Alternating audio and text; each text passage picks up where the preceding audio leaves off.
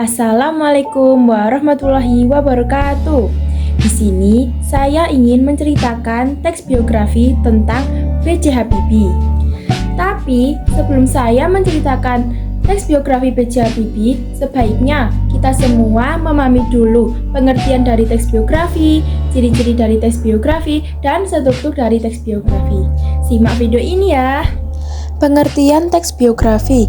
Teks biografi adalah jenis teks yang menceritakan tentang riwayat hidup seseorang, mulai dari kelahiran, pendidikan, karir, hingga kematiannya. Teks biografi biasanya membahas tentang perjalanan hidup, prestasi, dan kontribusi tokoh tersebut terhadap masyarakat atau bidang yang digelutinya. Ciri-ciri teks biografi. Yang pertama, menceritakan tentang riwayat hidup seseorang.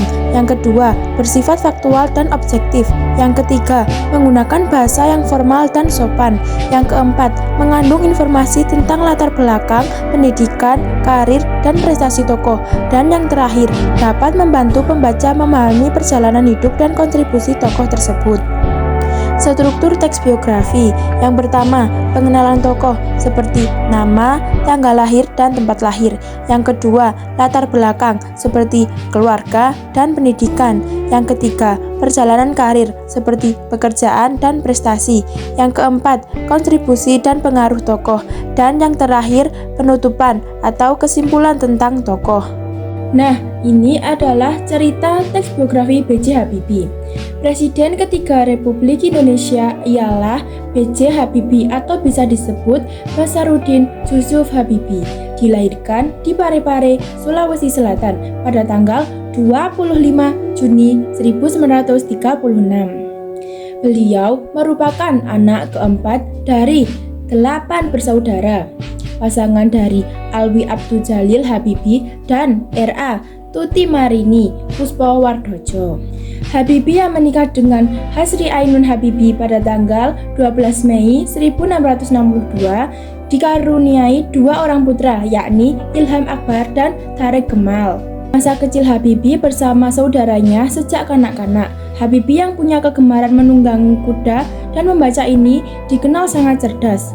Ketika Habibie masih menduduki sekolah dasar, ia harus kehilangan bapaknya yang meninggal dunia tanggal 3 Desember 1950 karena terkena serangan jantung saat ia sedang sholat Isya.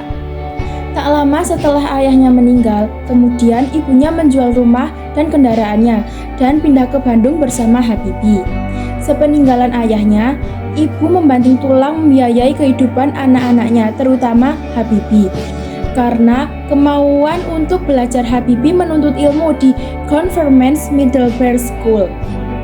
SMA, beliau mulai tampak menonjol prestasinya, terutama dalam pelajaran-pelajaran ekstra. Habibie menjadi sosok favorit di sekolahnya. Karena kecerdasannya, setelah tamat SMA di Bandung tahun 1954, beliau masuk ITB atau Institut Teknologi Bandung. Ia tidak selesai sampai di sana, karena beliau mendapat beasiswa dari Menteri Pendidikan dan Kebudayaan untuk melanjutkan kuliahnya di Jerman.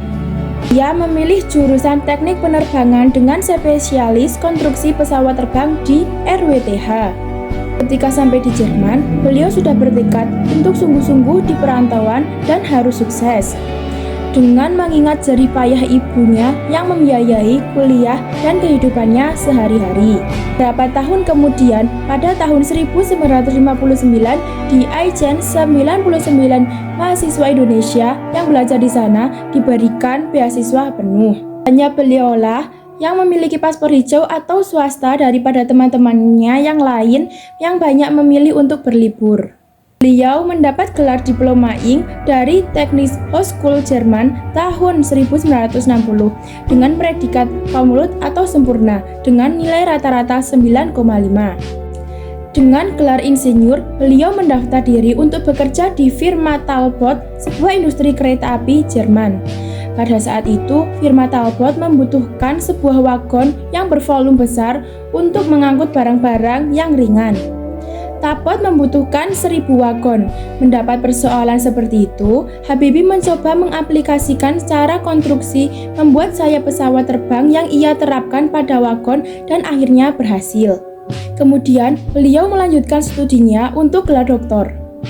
Pada tahun 1965, Habibie mendapat gelar DR Ingenieur Summa Cum Laude atau sangat sempurna dengan nilai rata-rata 10. Rumus yang ditemukan Habibie dinamai faktor Habibie karena bisa menghitung keretakan atau crack propagation on random sampai ke atom-atom pesawat terbang sehingga ia dijuluki sebagai Mr. Crack. Pada tahun 1967 menjadi profesor atau guru besar di Institut Teknologi Bandung. Dari tempat yang sama, tahun 1965, kejenuisan dan prestasi inilah yang mengantarkan Habibie diakui lembaga internasional. Indonesia, 20 tahun Habibie menjabat Menteri Negeri Ristek atau Kepala BPPT, memimpin 10 perusahaan BUMN industri strategis. Dipilih MPR menjadi Wakil Presiden RI dan disumpah oleh Ketua Mahkamah Agung menjadi Presiden Habibie berdasarkan Pasal 8 UUD 1945. B.J. Habibie juga berhasil membuat pesawat pertama di Indonesia, yakni N250 Gatot Kaca pada 1995.